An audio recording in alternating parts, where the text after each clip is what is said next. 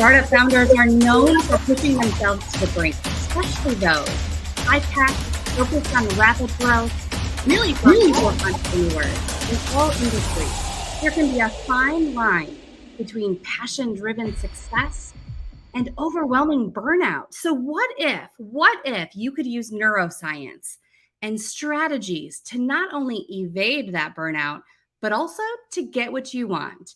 Today, that's exactly what we're talking about in this special live edition of Expert Connections. We're going to focus on igniting your influence. Expert Connections starts now.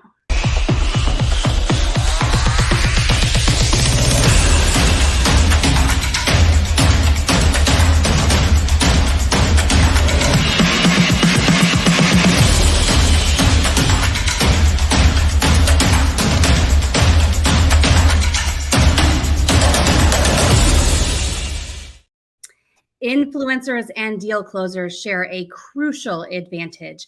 They know how to motivate and persuade others to get what they want. Today, we aim to unlock this influence in just 60 minutes. Welcome to Expert Connections. I'm your host, Julie Holton. A special live edition of Expert Connections, I should say, and I'm so excited to get right to our guests today. The focus of today's Startup Connections is talking about influence, persuasiveness, motivation. Matthew D. Anderson is the CEO of an award-winning coaching firm called Leadership Coaching for Results. I've had the opportunity to see this guy in action several times. I can tell you, folks, he is the real deal. Matthew, welcome to the show. Hey, thank you so much for having me, Julie. I'm really excited to be with you today. I'm excited to have you here because every time I hear you speak, I am inspired by some new nugget of truth, some new, it's like this sparkling, thing that I learned from and can implement in my life each time. So let me first introduce or give our audience some background information on you. Matthew, in 2019, was named Dale Carnegie's #1 corporate trainer in the world. That's out of more than 3,000 global trainers. And if there's one area that he stands out in, it is leadership, it is diversity, equity, and inclusion. I guess those are two areas. In the past few months, he also became Athena International's first male certified facilitator. And Matthew, I'm excited today because today you're going to focus on some really innovative techniques that can help us to bolster resilience, decrease burnout. Not only do these techniques help us to improve our own mental health, but they also have a ripple effect for those around us. And I should also note the focus today is also live Q&A. That's why we are coming to you live on YouTube. So please go ahead, say hello, let us know who you are. If you're part of a startup, a small business, a big business, let us know what you do, what your focus is, what you're hoping to get out of today's conversation.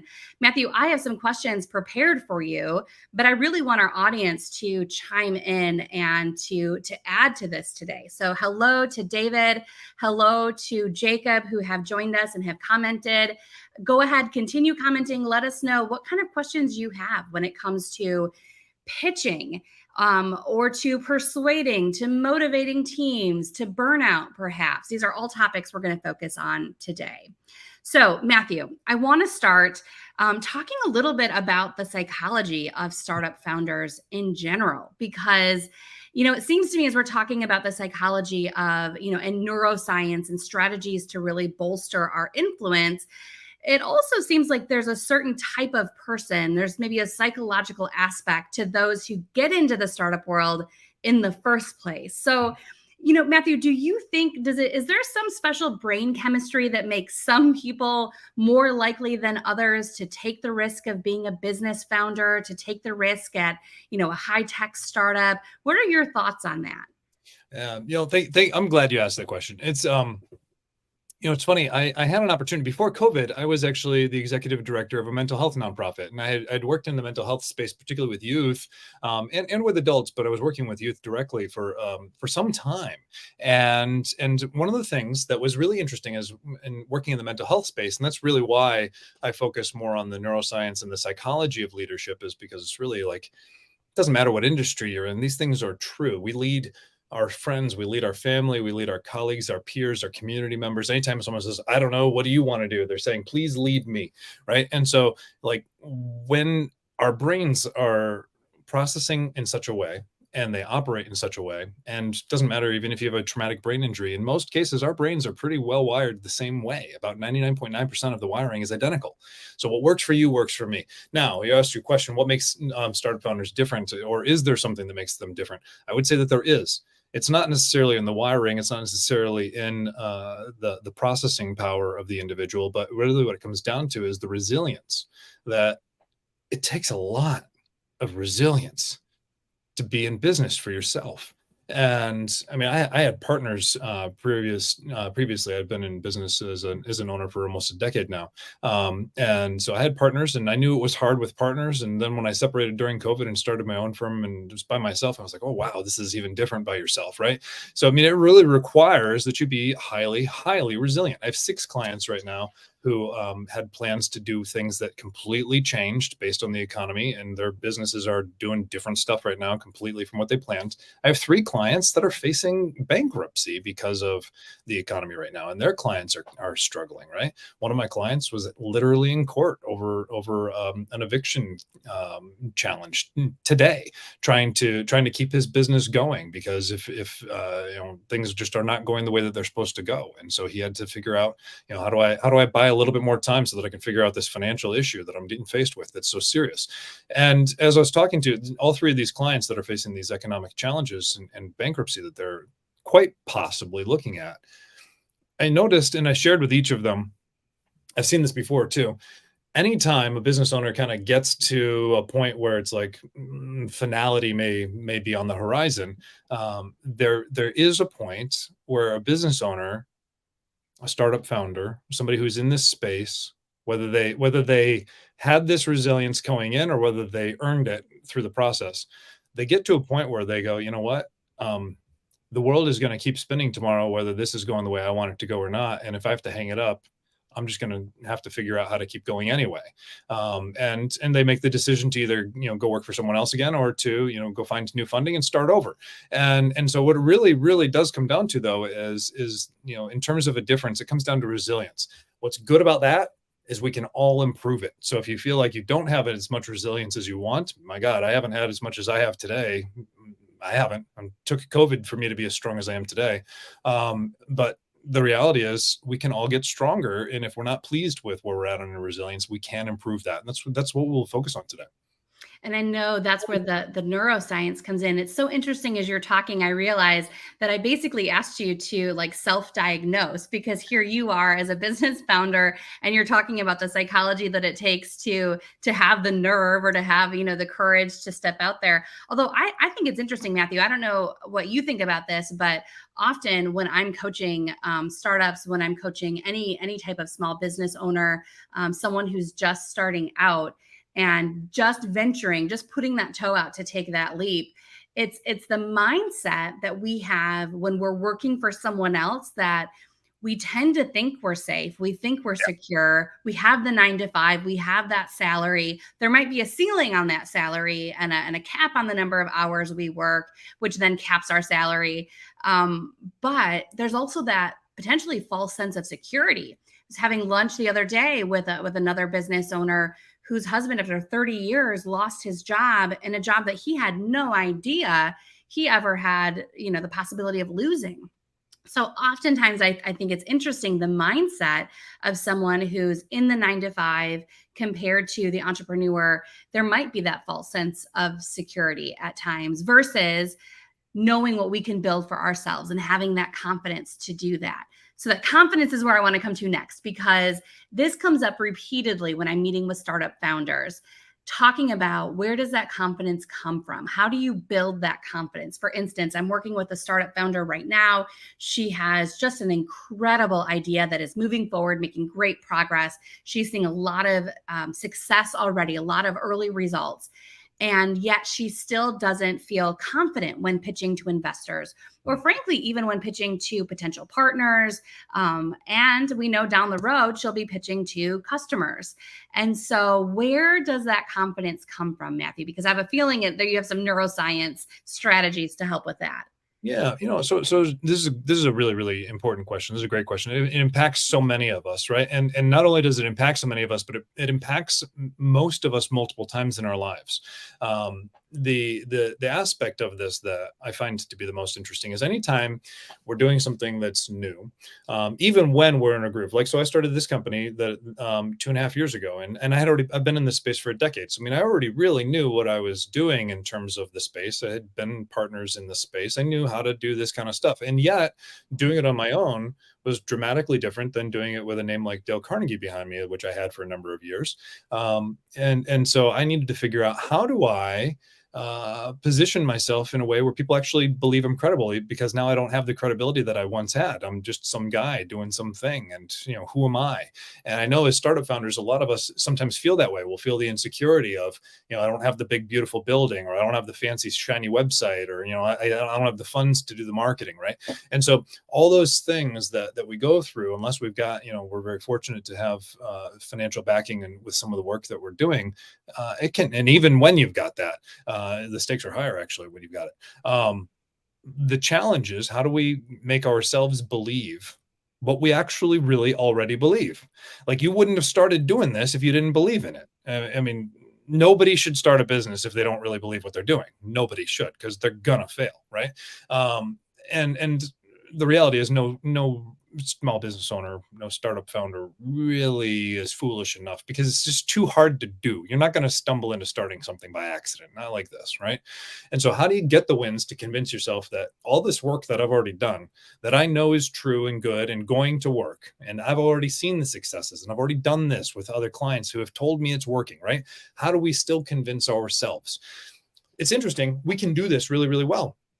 And we actually do it all the time. We usually are convincing ourselves of things incorrectly. We're convincing ourselves that we can't do something, or that we're not good enough. Or a big thing that I'm hearing with the question you just asked is really a degree of imposter syndrome of, do I belong? Am I allowed? Is this acceptable? Is this, who's to say, why me, right? All these things that come into play in the imposter syndrome side. So what I recommend for folks in situations like this, when you're trying to increase your own confidence, the easiest, most foolproof way to do it is to start with small wins, things that you can do. If you know that you can build your confidence by having an easy win with the former client that you now want to make a new client again, because you've got a new firm or whatever it may be, right? If you're trying to go for those easy wins, I think back to, I was a sales manager for a long time, and in 2014, the International Business Awards recognized me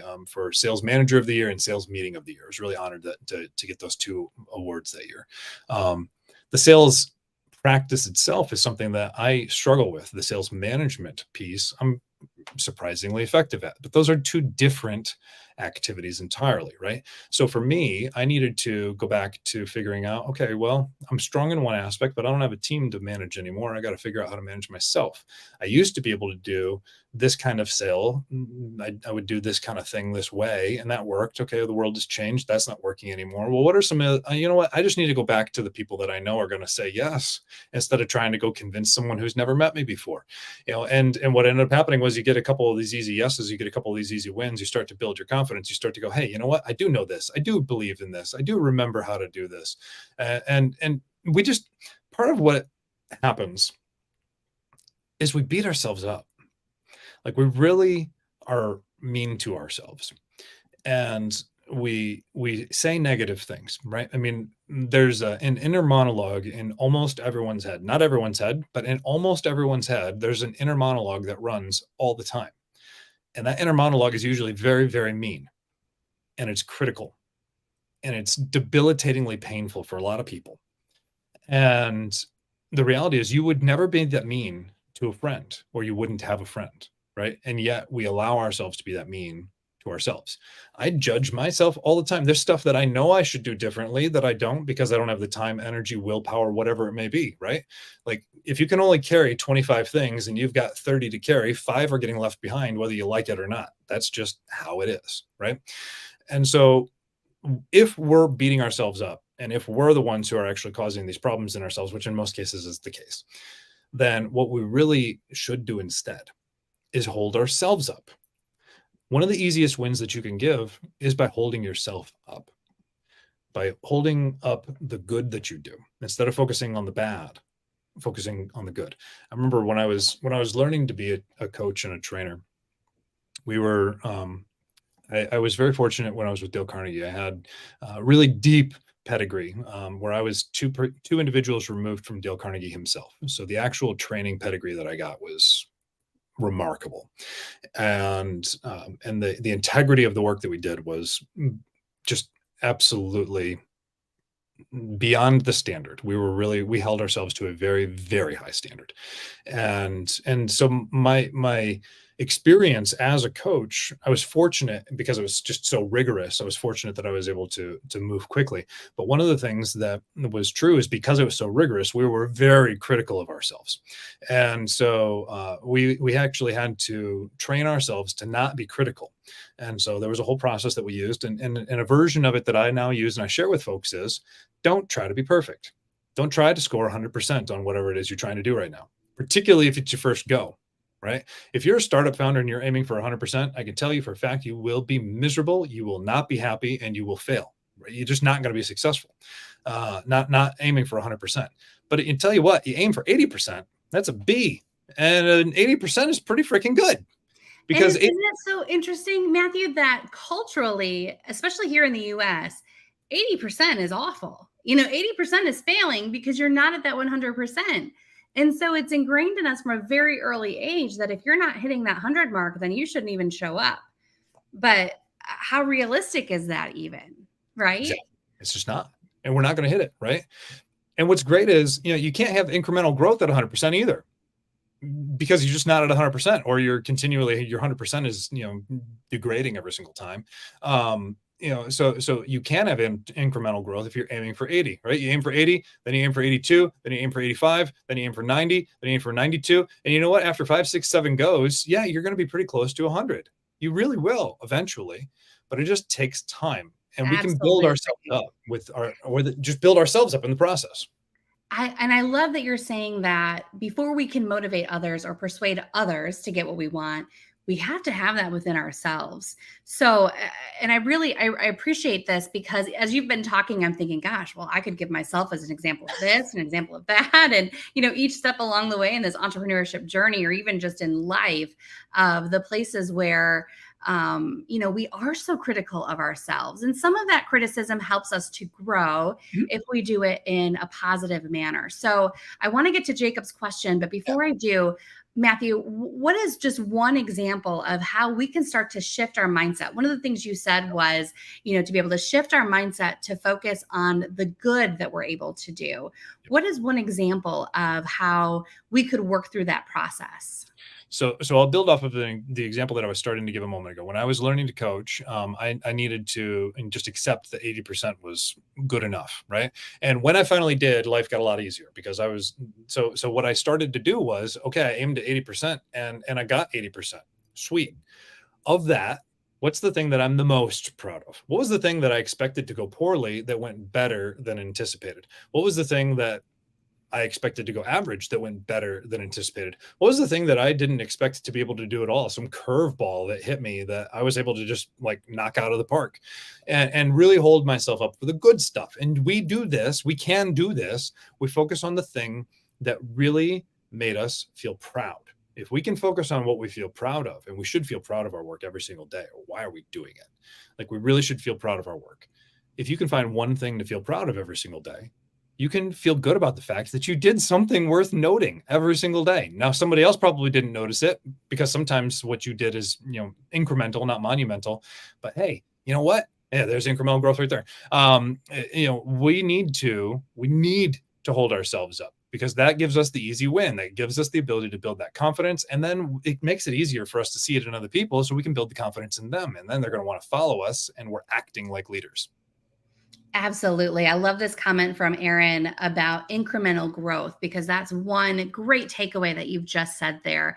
If you're at 80%, that's amazing, because you're going to keep growing from there. You're going to keep working on it. So 80% is good. Focus on the good. So Aaron, thanks for that comment. Want to jump over to a comment that we have from Fortuna Chess Coach. He says, what strategies do you have for attracting clients for your coaching? And I love this question, Matthew, because this touches on so many different examples of being able to present yourself in a way where you are attracting what you want to receive. Yeah, there's a bunch of ways, like strategy ways that we can talk about this. We can talk about the marketing, the tactical, and all these things, right? But really the thing that I think when we talk about what's the most base strategy that we really need to have, we should really be focusing on and thinking about, again, let's go back to us instead of focusing on the other person, which we always need to do. I hope that this is not getting conflated incorrectly. Everything I'm saying is in service to someone else. We start with us. We focus on us. We make us better, which allows us to be better for other people, right? So when I think about what's the best way to attract a client, really the way that I have found the best ways, I secured a new client today, just this morning. I had a referral from an older client last week. It was a good phone call. She said, let me talk to whoever. He wanted to talk to me, the actual end using client wanted to talk to me today. And, my attitude now is I'm not going to sugarcoat. I'm not going to pretend. I'm not going to give you, like just kind of a sneak peek. I'm going to give you the real version of me in that very first interaction, because if that's not what you like or want, you need to know right now that I am what I am and I give what I give. And if I'm not giving what you're looking for, then I'm not the right solution for you. And that's okay, because you need the right solution for you. And so I want to make sure. Likewise, Matthew, not to interrupt you, but likewise, you need that strong pairing, right? Because if you're not the right solution for the person, then you're going to constantly be trying to change who you are in order to be that right solution. And it's just, that it's like oil and water. It just may not fit. You may end up having such a horrible experience that you're like, oh my gosh, this was not even worth the money that I got from bringing on this client. I think oftentimes, especially in the early stages, founders, whether you're a coach, whether you're a startup founder, whether you're a small business, an entrepreneur, any business really, you think, oh my gosh, everyone's my client, or I want everyone, but that's not the case. We shouldn't be for everyone. Right. No. And the more we try to be for everyone, the more we're for no one. Right. And that's a big, big step. Right. I knew that, and I'd been coaching that for a long time. And even me, because I'm in the startup phase doing it on my own. There was a period of time where I was like, I will take anybody I can get. And I did. I regretted it a couple of times. I was like, I shouldn't have taken that client. But to me, it was about how do I just kind of, get this thing off the ground. And so, I was willing to make that intentional sacrifice. And you know what? I paid for it just like I expected. And so, I think about one of my clients. He's a custom engineering consultant.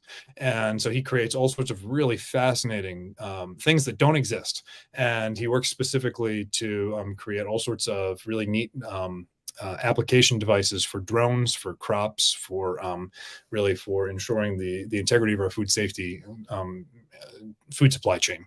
And he does interesting work. But what's fascinating about it is it's a really good example of his whole objective truly as a custom engineer is that there's really not something outside of scope, because it's a custom solution. And so he can create it. So really everyone is his client. And the challenge with that is, he's got a lot of really good clients, but he also has a lot of people who kind of get lost in the weeds trying to figure out how to work with him in the first place. That's been something that we've worked on. And then another challenge is that because it's so custom, a lot of the times it's one-off, which means there's huge research and development, and there's really no path to monetization beyond that individual client, because it's such a custom need. And so now you're into this whole pricing issue, basically, because, can somebody afford you first and foremost for that kind of ultra custom work? And so you usually end up underpricing. This is a story that a lot of us do, right? And then you end up in this cycle where it's a struggle and you're trying to please everybody. And so you're exactly right.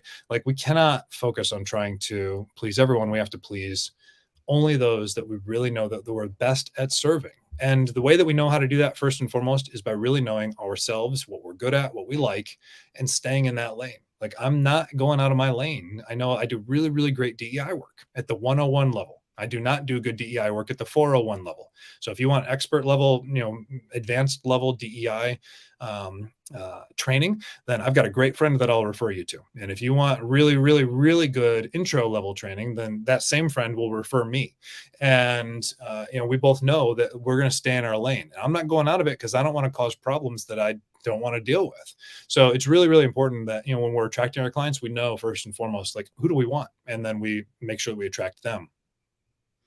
That's such a, as you're talking, it's such a great example because, I'm realizing how much the psychology really, it's in every aspect of what we do. I was thinking about the persona development, for example, Yeah. that we do with businesses. And persona development is, identifying your ideal target client. And you might have multiple personas, and you might, depending on the services or products that you offer, you might have multiple personas for each one of them. But not only, like, before we can even do that persona work to identify who you want to be working with, we have to know about you. And oftentimes, some of that can even get, I don't want to say lost in the mix, but I think it can get pushed to the background as you're focusing on other areas of the business or getting off the ground. And so what a great reminder to do that internal work. As you're working on your business, you also have to be working on yourself. How many people do we hear say that they feel that they've lost themselves along the journey, whether that's the journey of parenthood, the journey of building a startup, the journey, whatever that journey might be, you become so focused in one area that it's easy to lose sight on the others. But that, what you've been saying about what we need to do to focus on ourselves, that's so intertwined with our business, right? How many businesses do we see that struggle because the founder, the CEO, the C-suite, the people at the top are struggling? Yep. So whether that has anything to do with the business itself, we have to keep that top of mind. Absolutely. Absolutely. We have a fun question I'd like to jump to next. And Matthew, this is a great one. This is from David, who wants to know, do we have theme songs? Matthew, do you have a theme song for your life, do you have multiple songs? I don't know. There could be songs for different areas of your life. Do you have a theme song? I have a go-to request song of DJs when I'm at a wedding. Ooh. But I just always think it's funny to see because it doesn't have a high accuracy rate. So I'm always curious to see if they'll play "Baby Got Back." That's my favorite song to request, just because it's fun to see if they're going to play it or not. Because they're like, I don't know if I can play this. I'm like, well, go find out. I'd love to hear how that translates into your theme song for your life, but maybe it doesn't really. David, we'd love to hear what's your theme song. I have a feeling, I know David, so I have a feeling that if he comments back, it's a good one. And it's actually one that we can kind of jump off of, Matthew, because as we're waiting for David to respond, I happen to know David's theme song is "All I Do Is Win." Actually, I don't even know if that's the title of it, but the song, like, it just keeps repeating, all I do is win, no matter what. Yeah. And I, it's kind of a tongue-in-cheek question here, but I think it brings up a good point, what you were saying about having that confidence internally. And how, he says he's got two. All I do is win, and I've made it. So there you go. Nice. It's like having that repetition, having that mantra that you're there, you've made it. What does that do for the psyche, Matthew? It's so critical, right? So if there's a song that I listen to more than anything, like particularly for high stakes stuff, it's "Lose Yourself" by Eminem. It's almost a little bit like stereotypical because it's such a song for that, right?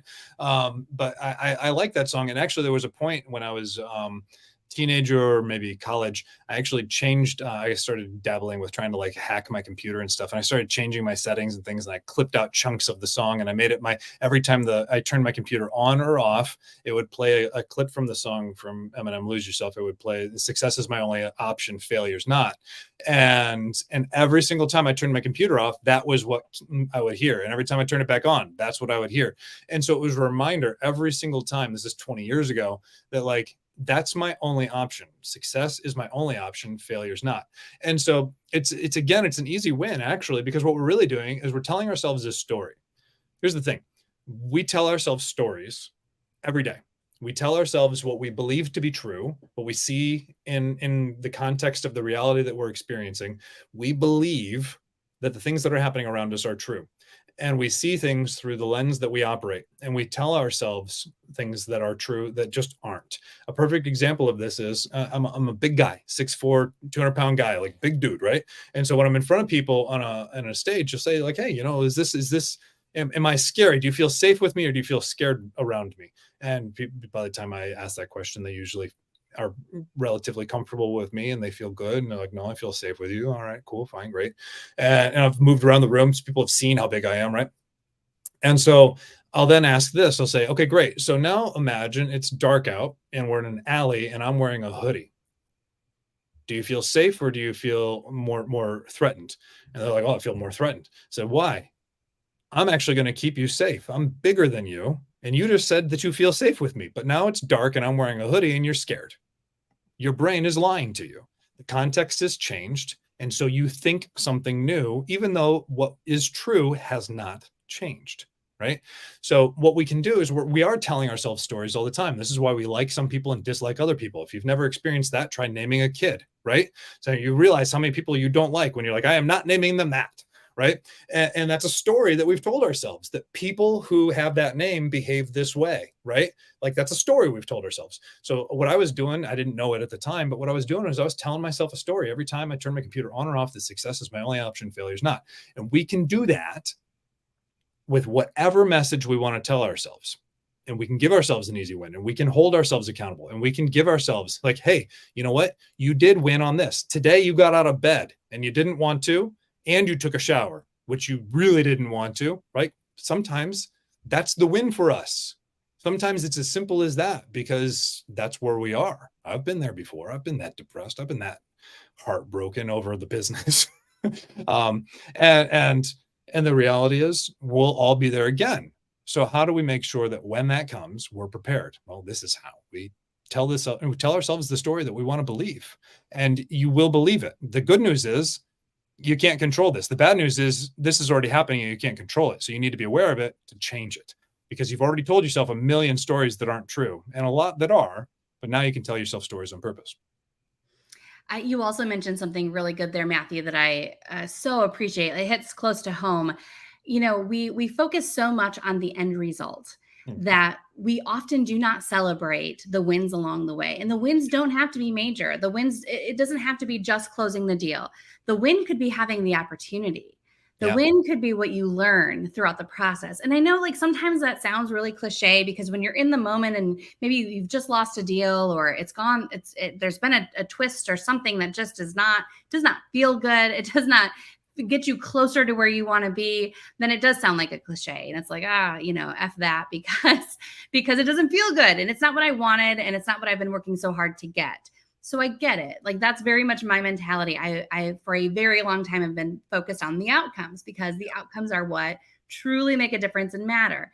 But I have found that I am so much more happy, so much more relaxed, so much more confident when I take the time to celebrate success along the way.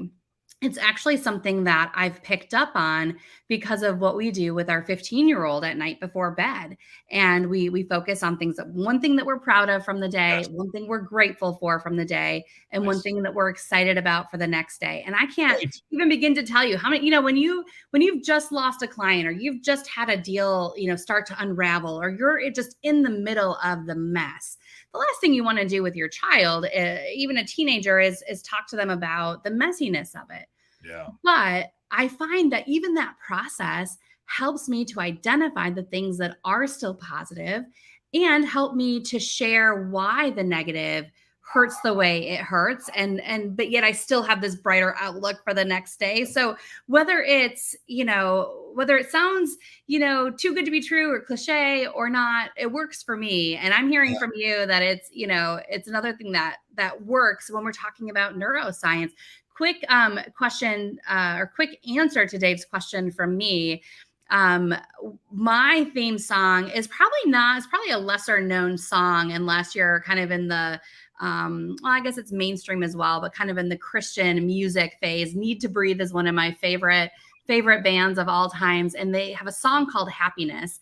And within the lyrics, there's a part in the lyrics, Matthew, that I think you'll like. You might even know the song.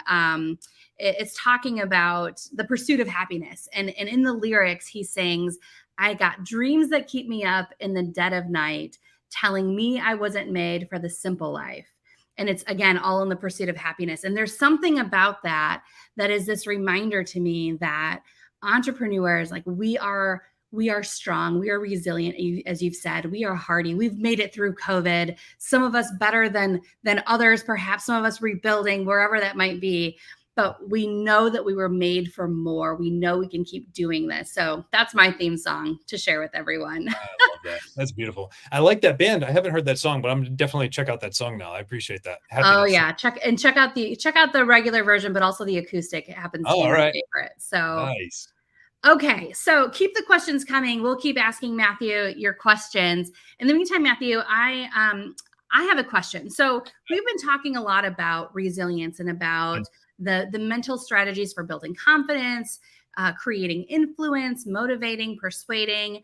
I want to talk about, you mentioned depression, you mentioned some difficult days.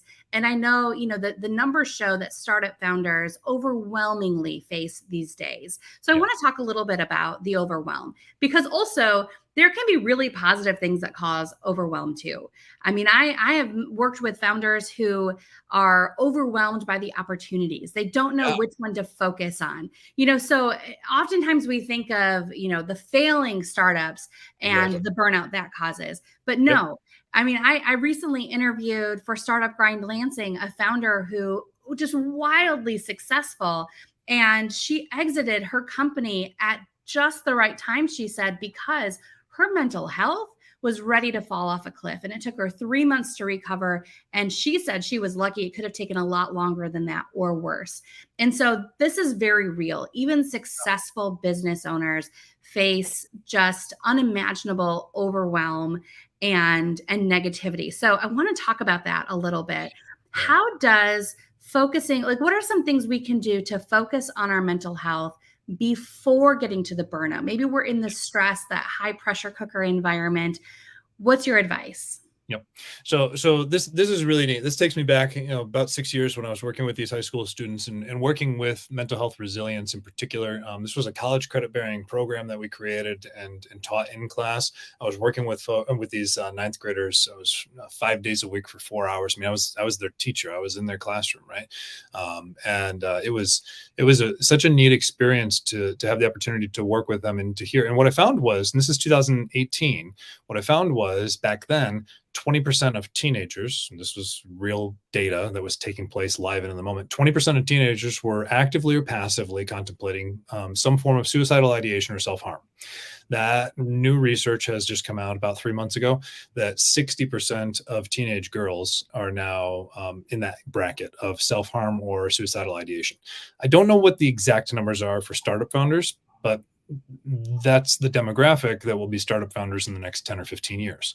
And so the reality of what's on the horizon for mental health and just our society as a whole is not good. And when we think about what is it that we can do, that whole program, the whole thing that I was focused on there was to proactively steal their resistance. The whole point was make you stronger before you feel the need to harm yourself or to, do something negative, and have the capacity to ask for help. Know that it's okay to ask for help, right? Those were the things that we were really, really focusing on. So how do you do that? We can do this. All of us have the ability to do this. The easiest way, there's two. One is mindfulness. Which we've already touched on already by focusing on what can we be proud of every single day. There's something that we can be proud of. That is a mindful activity, and gratefulness, as you just said, that you're doing every single night. This is, I think it's such a beautiful thing that you're doing with him, that you're asking, what are you excited about? What are you proud of? What are you grateful for? Those questions put us in a mindset of positivity, of appreciation, and of positive expectancy, because we'll be excited about things that can be hard. We can be excited about that because we know that there's a reward for doing the hard thing. So even when we know tomorrow is just going to be a hard day, we can still be excited about it because we know at the end of that hard day, the good thing is going to come out of it, right? So for all of us, it's really about trying to recast in our own mind what is the reality that I feel like I'm experiencing? Do I think that the world is all going to hell? And if I think that, I'm probably seeing that the world is all going to hell.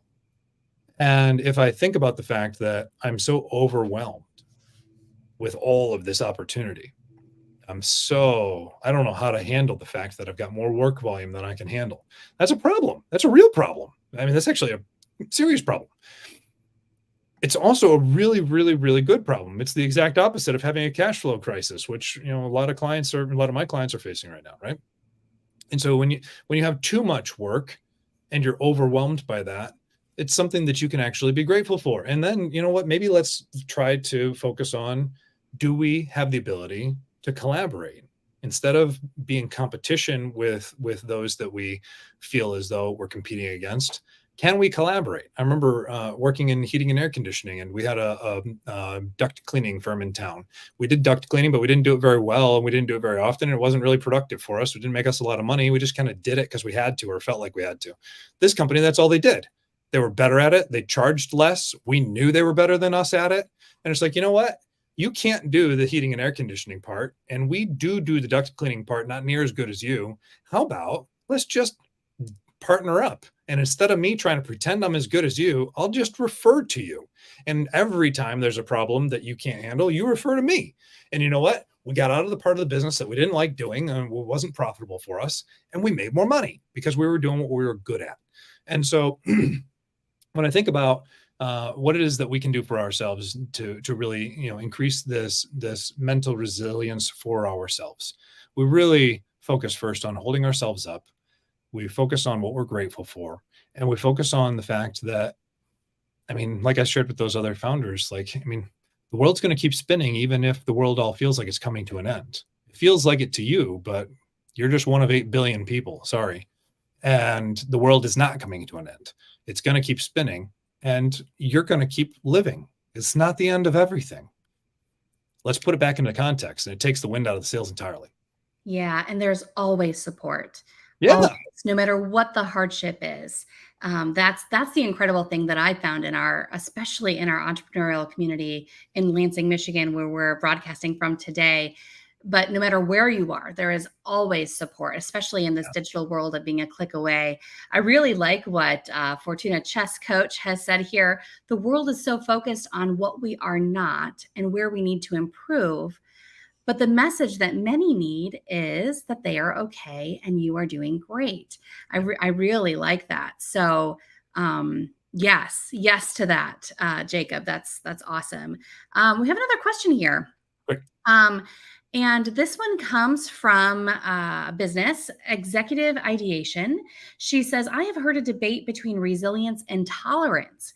Do we have to build tolerance or resilience in every scenario? Where is the balance between being overwhelmed and building resilience? That's a great question. So I'm really glad you asked this question. Thank you. This is a complex question. This is a challenging question, and I'm not going to punt on it, but it may sound like this for a moment, because what I am going to say is this is hyper situational. Okay. So to answer this question any one way, I will do it injustice in some other way. So I just want to acknowledge the fact that no matter how I answer this, it will not be as effective as the totality of how it can be answered. Okay. What I'd like to say is this: as I interpret resilience, it is the ability to endure, persist, just continue to press on in the face of adversity. Tolerance is being subjected to and accepting it, right? I feel like it's a different thing entirely. Tolerance to me is, I really don't support this. I really can't tolerate it, but I have to because I have no other choice. Resilience is, well, I can't tolerate it and I can't handle it, but I have no other choice and I'm going to figure it out, right? So to me, resilience is a little bit more active and tolerance is more passive. Tolerance is, it's happening to me, right? The problem with tolerance is tolerance will break. Resilience will break too, but you're breaking, and at the point that you break, you can feel proud of the fact that, you know what, I gave it my all. I tried, and my resilience finally broke, but I gave everything I could. Tolerance is, I handled it as long as I could, and I just can't handle it anymore. And they sound similar, but they are not the same thing. They're just not. I hope the nuance of what I'm saying is shining through on this. And Julie, if it's not, please help jump in on this, because I think you know where I'm trying to take it. What I see is, in terms of what's appropriate, do you need to plan for it? I would say you need a plan for being tolerant of the fact that you're not going to agree with everything. I think you need a plan to be resilient. I think you need a plan for those things always. But really what it comes down to me is your own personal values and what you feel like is appropriate, because tolerance is so specific and individual. What I think is appropriate and acceptable, you may not think is tolerable at all. So in that regard, this is a very subjective situation as well. But I would say that's kind of the gist of it. Julie, what's your take on what I just said? Yeah, Matthew, what comes to mind, right away for me is thinking about the things we can't control. And, so often when we're, in whether it's business world or personal world, there's such a blend. It's all just the world, right? But when we're talking about the things that we can't control, that's when I think of tolerance. There are some things that we just have to put up with. Yep. We had to tolerate COVID because we had no control over it. And I'm not, I am not even pretending to be a psychologist or therapist or leadership coach here. So this is just my own interpretation as a business owner and as a startup coach. The things we can't control, sometimes we have to tolerate it. Other times, we can choose to step out of those situations. We can choose to leave a toxic environment. We can choose to make a change in our business if something's not going well. We can choose what we tolerate and what we don't, what we will learn from and kind of deviate and change our plan or pivot, if you will, if we want to keep the pandemic phrases going. I really think of resilience and I think of kind of our physical health journey. Oftentimes when someone has cancer, you hear, they get told, oh, you're so strong. I don't know how you do it. Well, to them, the reality is, well, they have to do it. They don't have a choice. That's one of the things they can't control. So that might also be building resilience through tolerance, if that makes sense. So, but I really like this question, though, about the balance between the overwhelm and the resilience, because that to me is what really stands out here in the context of this conversation. Because I think it's really important for us, as you said, going back to knowing yourself. Yeah. Knowing, are you overwhelmed in a way that you can better delegate? Or, business coach I work with likes to use the D's, are you going to delete it? Are you going to delay it? Are you going to delegate it? Or are you going to do it? The 4 Ds. And so are we talking about overwhelm where you can effectively use one of those D's? Or are we talking about just complete overwhelm where you are mentally starting to shut down and you are physically ill and you are, really in the true sense of the word being overtaken by the situation? Yep. There's a difference there. And I think in that case, you don't have to balance anything. You need to figure out how to focus on you and your health and making your health a priority. That situation is not about the building resilience. And I think for each person, you also have to find out what's best for you. Yep. Some people are people who, I'll use Elon Musk as an example because I don't know him personally, although I know someone who would like to have him to our house for dinner sometime. Elon Musk strikes me as a person who is just always on. He is always out there. He's got so many different, multi-million, billion-dollar companies all at once. I mean, no one can argue with how innovative and how his ability to get things done. However, that is not like that grind. When he first took over Twitter, you may recall that a lot of people left. Oh, yeah. And I had the mindset, just in casual conversation of like, well, yeah, because anytime a new CEO comes in, anytime a business is taken over, there's going to be a good fit for the leadership and a not so good fit or a horrible fit. Elon Musk, while I think that he has done and made some incredible innovations, he's not the kind of leader I want to work for because my work style, my leadership style is so different. So there are the Elon Musks of the world. And then I think somewhere in the middle are the people like me who, when I'm on and I am grinding, I am, my clients, my friends, my team will tell you that they have to get me to stop. Like I am just, when the grind is on, it's on. But when it's off, it's off. Yeah. And I need that time to reset. And then there are people who don't have the desire to work more than they, like they live their life outside of being career focused, or, the grind for them might be a total turnoff. That's not their focus in life. They might be service oriented. They might be volunteer focused rather than focusing on the bottom line and focusing on, all these other things that those who are in the grind perhaps might be more focused on. So that would be kind of my interpretation, Matthew, but I think it takes all types. Oh yeah, absolutely. Well, and when I think about the balance between overwhelmed and resilience, like for me, like I think about a wall, right? I think about Game of Thrones, that 700-foot ice wall that they got to, try to figure out how to get around or burn down with a dragon. I think about that. And at one point in that show, they try to climb up it, and some of the folks make it, I think. I don't remember. Anyway, the point is, it's a big, big wall, and it's a bear of a thing. And I picture for us that's the thing that we've got to overcome is this wall, whatever it is. Doesn't matter. It could be your interpersonal relationship with your significant other. It could be the relationship with your employee or your business partner or whoever, right? Whatever the challenge is, we have two choices. We can either figure out how to get over that wall, or we can figure out how to walk away from that wall. But here's the deal. Unless we figure out how to get over that wall, we will keep walking in the opposite direction from it until we walk back into it. We will walk into that wall again. And then we'll say, you know what, I'm going to turn and I'm going to go this other direction. And you're going to walk into that same wall again. And you will keep walking into that wall until you figure out how to get over it. So overwhelmed is looking at the wall going, oh my God, and trying to freak, like, I can't do it. And resilience is, you know what, maybe I can't do it this time, but I'm seeing it for the second time. I'm seeing it for the third time. You know what? I do have more resilience now, and I am ready to do this thing. And maybe it's the taking the break, because I keep driving myself into the ground. Maybe I just actually need to take a break before I crash and burn, and that will increase my resilience. See, it's different for every single one of us. That's why I say the answer is so subjective. But really, the reality is, anytime you hold yourself in that tension, if it feels like anxiety and crushing weight, it probably is. And you have a choice in how you're going to mentally internalize it so that it can become resilience, or so that it can become some other thing that overtakes you. You really have to choose how you're going to internalize the battle. I had a client whose mother was passing. She was diagnosed with cancer. Within 4 months, she died. I asked him, I said, this is going to be a crass question. It's going to sound cold, but I'm not trying to be critical or mean or anything. I just want you, I'm asking a real question.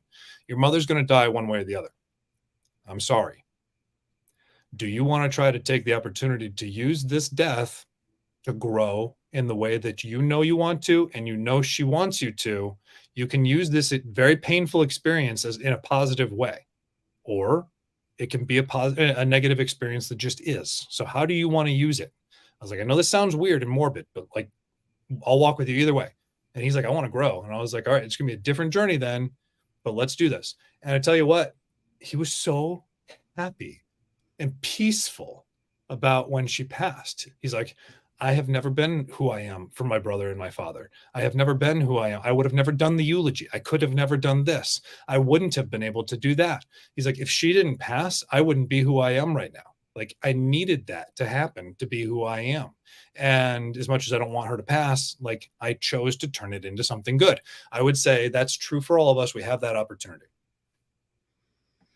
That's a really deep, heartfelt approach there. I just soaking that in for a moment, because, it truly is an opportunity. And like you said, again, going back to, it was out of his control. Yeah. What's in his control, it to some extent, right? Because it takes a lot of work to change our mindset and to feel our feelings, even as we're continuing to move forward in other ways. So what a beautiful example from your client there, being able to turn that into growth.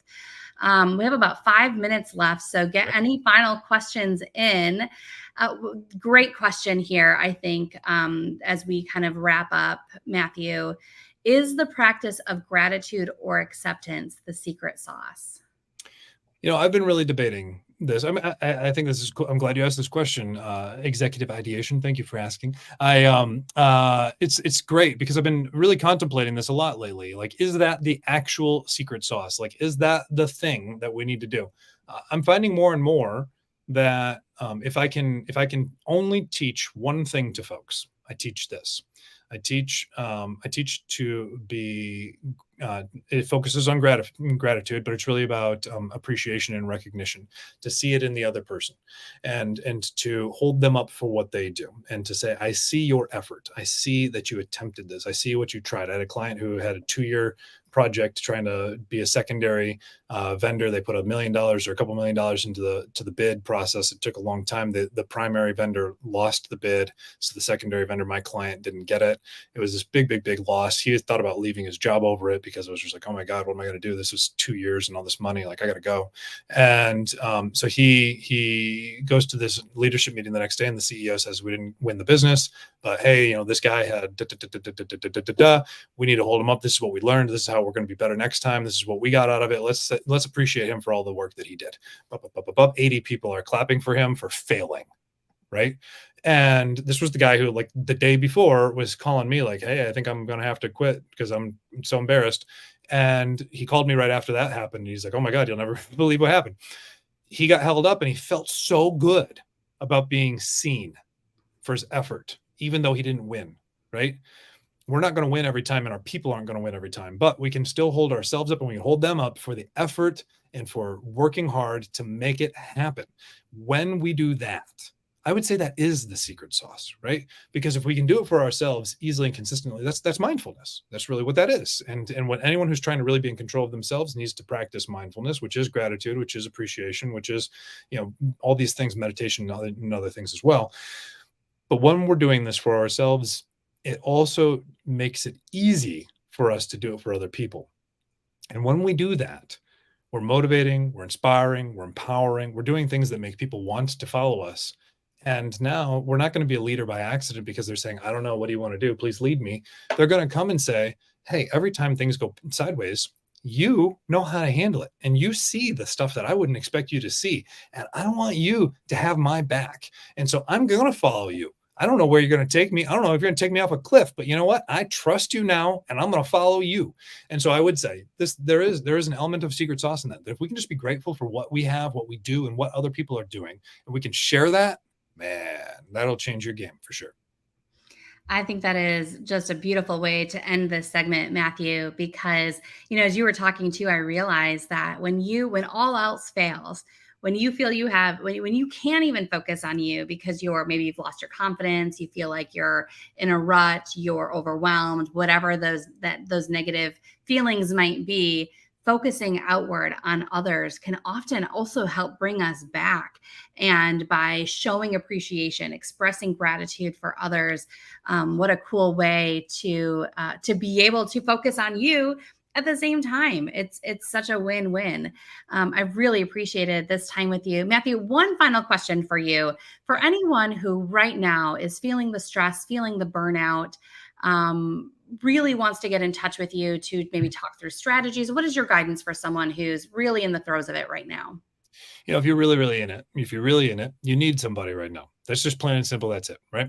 I will regularly talk with folks who are really super deep and say, hey, are you in talk therapy? I recommend talk therapy regularly to my clients because there's a difference between what I do as a coach and what a therapist can do, right? And so there's a line there. And I do recommend for folks to do talk therapy because it helps to talk. But the reality is, talk therapy is talking, and maybe you talk to a coach because that's what you need for your business, right? And so if you want to talk to me, or you want to talk to Julie, or you want to talk to somebody else, like you should, if you're struggling, don't try to do it by yourself, because all you're going to do is continue to think about the things that you're thinking about, which have gotten you into the situation that you're in already. You're not going to get out of what you're doing by thinking the same way. You're going to get stuck further in it. You need an outside perspective. And so reach out and let's talk, and we can help, and we can figure this out. And here's the thing, people like Julie and I, and any good coach, we really want to help because we know that we can. We're here to help. And so if you need it, raise your hand and you will get the help that you are asking for. Support is there. We just have to be able to ask for it. And Matthew, I so appreciate you coming on the show today, doing this segment live.